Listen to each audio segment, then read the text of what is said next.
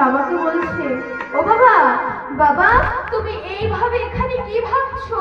আমি অনেকক্ষণ ধরে দেখছি তুমি এখানে গালে হাত দিয়ে যেন কি ভাবছো। ও বাবা, তুমি কি এমন ভাবছো আমায় বলবে? ওরে রঘু, আর বলিস না বাবা, আমাকে যজমান বৃত্তের জন্য গ্রামের বাইরে যেতে হবে। সেখানে যেতে হলে আমাকে সকালবেলা বেরোতে হবে, আর আমার ফিরতে ফিরতে যে রাত্রি হয়ে যাবে। কিন্তু তখন আমার রঘুনাথের সেবাটা কে, গোপীনাথের সেবাটা কে দেবে বল? আমার গোপীনাথের সেবা দেওয়ার মতন তো আর কেউ নেই।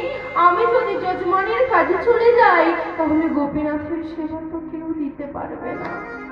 আর আমি যদি যজমানের কাজে নাও যাই তাহলে তো আমাদের সংসারে চলবে না। ওই যজমান বৃত্ত করেই তো আমাদের সংসারটুকু চলে। ও বাবা, তুমি এক কাজ করো, তুমি বরঞ্চ যজমান বৃত্তের জন্য কাজে যাও, আমি তোমার গোপীনাথের সেবাটা দেব। কি বলছিস? তুই গোপীনাথের সেবা দিবি? তুই সেবার কিছু জানিস? তুই